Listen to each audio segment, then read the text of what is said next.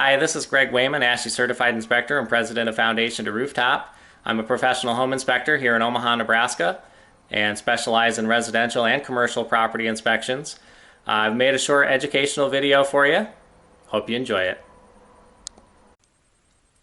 This is a recent duplex I did in South Omaha, and it ended up being a little bit entertaining. The house had a fire, and then was rebuilt, and they gutted it and put a lot of money into it, put new siding, new windows, new drywall on the inside, new carpet, finished the kitchen, bathroom, and then they took the basement and tried turning that into a duplex.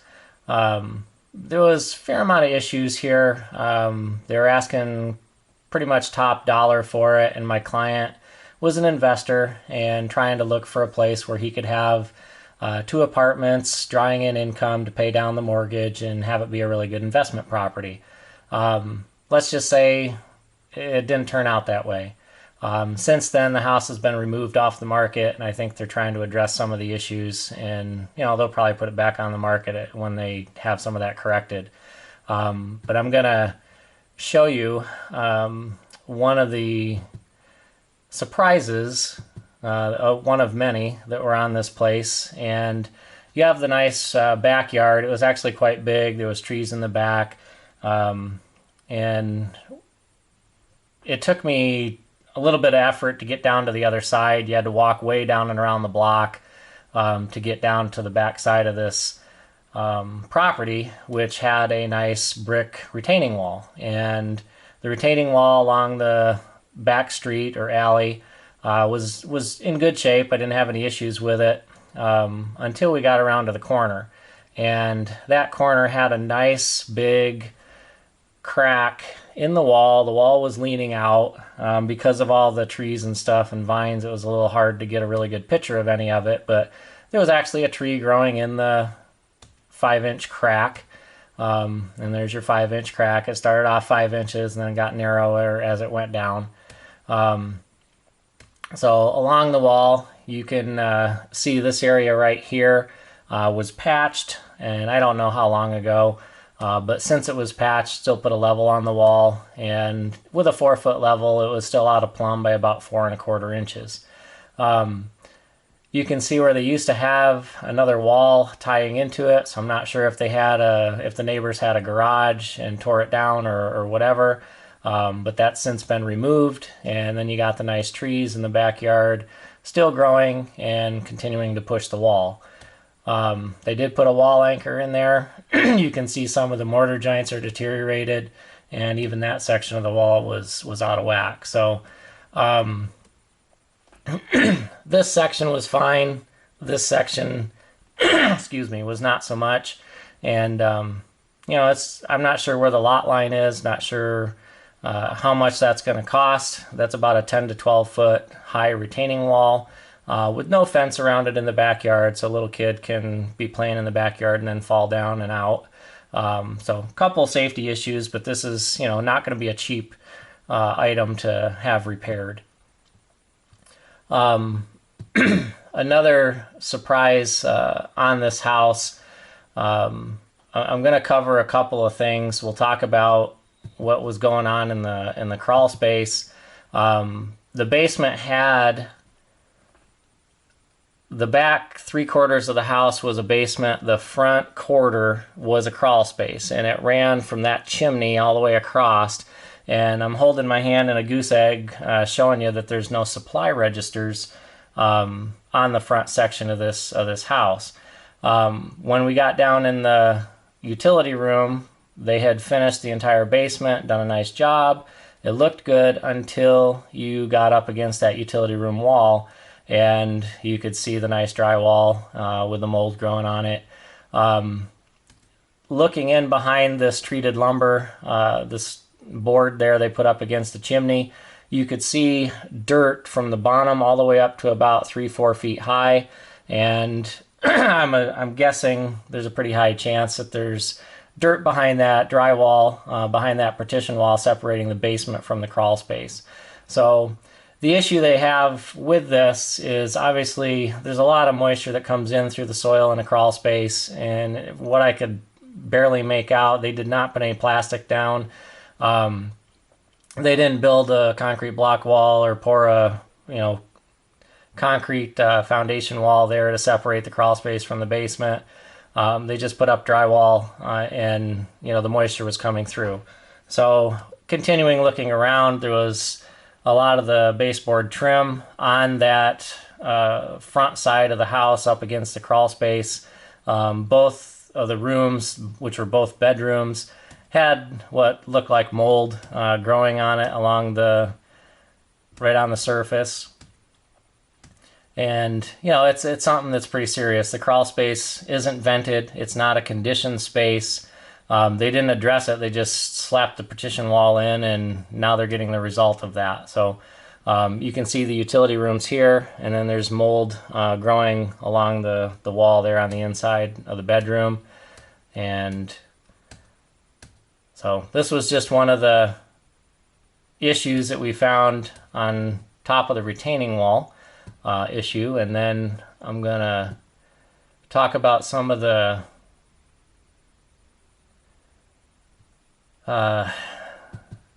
issues here when they tried putting it into a duplex. It does not look like they had any permits pulled. You have your electric meter coming in, your overhead line, and there's no second set. It's just the round meter. That typically, in Omaha anyway, is anywhere from 60 amps to 100 amps. And when you go inside, those service entrance cables up above definitely are not sized any larger than 100 amps. When we went inside, there's so basically there's an electric panel up on this room and then another one down in this room. And the one upstairs on the first floor looked good. I didn't have any issues with it. Looks like it's properly installed. And then the second one down in the basement apartment, that's where I had issues. They improperly double tapped the main lugs to provide power to the first floor main panel. And you can't do that. There's not enough power coming into this house for a duplex. And, obviously permits weren't pulled. The code department was not called in to do their inspections. Had they wouldn't have allowed this. So in addition to that issue with trying to convert it to a duplex, they put in a partition wall between the bedroom and the utility room, and they put it closer than 30 inches from in front of the furnace. They should have relocated the doorway right in front of the furnace, and then it wouldn't have been an issue there. Another thing was the windows. Both basement bedroom windows were not egress windows. They're the type that when they open, the back portion of it swings inward and only leaves about 11 inches of space. So common sense, picture a firefighter wearing a full face mask and an oxygen tank trying to fit through that window. That's not happening. And in addition to that, both windows not being egress, the other one was mounted up too high. It was more than 44 inches off the floor. So picture a little kid trying to get out, or hell, any adult with that matter, because it was quite high, and you've got quite an issue. The continuing on with the electrical, where the fridge plugged in was an ungrounded outlet. The outlets to the sink, everything except for the one outlet to the right of the sink, in both kitchens, they weren't GFI protected. So they installed one GFI outlet, but it didn't protect the other ones. And then the last thing I wanted to talk about, which is kind of the bigger thing, back to the original picture of the outside, this door down here is the only door for means of getting in and out of that basement apartment. So that's kind of a big deal, and they need a second form of way of getting in and out, so a second door. And they kind of missed that boat. I'm going to stop there for a second, and then I'll be right back. Now talking about the structural components of this house, the north wall You can see it a little bit here. You can see it better when you're in person there on site. But that north wall does lean outward, and you can see the foundation. It jogs around. They did build it up on the outside. It's all finished on the inside. And, I truly don't know the condition of this foundation. And there's no way to really know unless you do some invasive, opening up the walls there. When you got inside at the master bedroom, you could see the wall was kicking out. That level is plumb, and it's got a nice little gap there at the top. Did get out the laser level, and anytime I get out a laser level, it's never a good thing for the seller. Because I can already feel movement in my feet where the floor is not level. This house was built in the 1890s, so I'm not overly concerned about it that it does slope downhill to the back. But anyway, it dropped about 3 inches from the front corner by the door to the back corner. And 18.5 to 21.5 there. And then the one area that I was concerned with is you do have a ceiling over the kitchen on the apartment, the first floor apartment that sagged. They had a loft area above that. You can see the nice dip in the floor there. This whole floor dropped downhill to the south, plus had a dip in it. And when I get to the pictures of the inside of that knee wall attic, which is right there in the left side, I'm not sure if that's where the fire was or what, but there was termite damage that was pretty extensive in there as well. So combined, one of the two might be why it's all dipping the way it is. But the measurements you're going to see next, there's one here and one here. And in that little bit of a span, it drops almost 2 inches, so about 1.75 inches.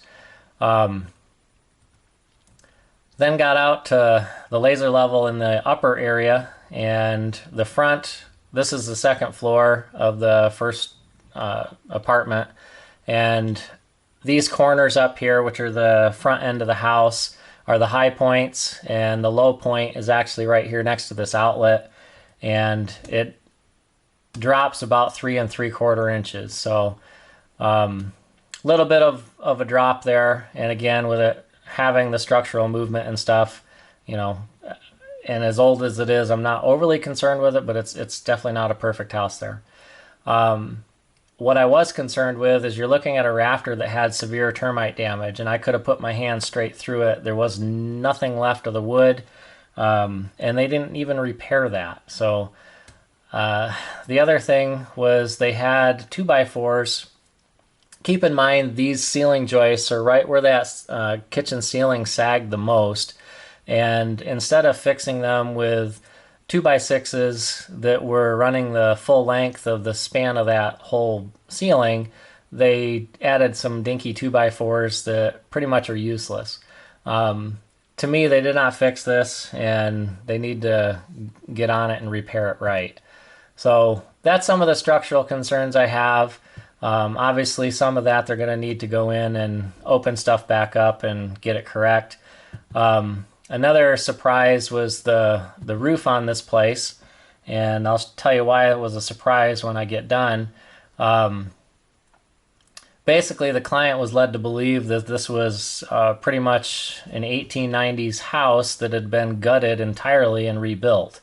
And the furnace, the water heater, and the roof were all old. And the roof itself had organic back shingles. You had granule loss in it, in chunks. You had nails poking through. So this is the front porch roof, and then we get to the north side of the upper roof. It actually was in the best condition. There was a hump in the roof there, I think, from some of the settlement, and that is pretty close to being in line with where the north bedroom wall leans outward. And even those shingles were brittle and starting to cup. And then we get to the south side where it's getting the more sun exposure, and you can see that there's shingles that are split, torn, plus have granule loss. This entire roof is shot and needs to be replaced. And the whole kicker for this, and why this was a surprise on this house, was my client hired me because he did not trust his first inspection that was pushed onto him by the real estate agent. That other inspector, according to the client, the only thing that the other inspector was concerned about, quote unquote, was his major concern, was the fact that the vinyl plank flooring inside had a couple of spots that bounced. And he didn't address anything else on this house. None of the stuff that I just talked about were in his report, according to the client. So it's a little bit frustrating that you have somebody out there that has the same certification that I do, and you get two totally different results here. You can see the roof is just shot. But again, in my opinion, if you have, there's over 100 home inspectors in Omaha. Every one of us, no matter what house it is, if we all inspect the same house, we all should be finding the same major problems. The minor stuff, who cares? But at least find all the major issues. And on this house, that couldn't have been farther from the truth. So I know it was a little long here, but it's just an education as to what you can find on some of the properties here in Omaha. And this inspection definitely saved my client from making a big mistake. I don't even think he even tried to go through with the sale. I think he just immediately walked away once we found all the issues. So we were easily into the $50,000-$60,000 range of repairs that need to be done before he could even have a tenant move into these apartments. So it was money well spent. Have a nice day.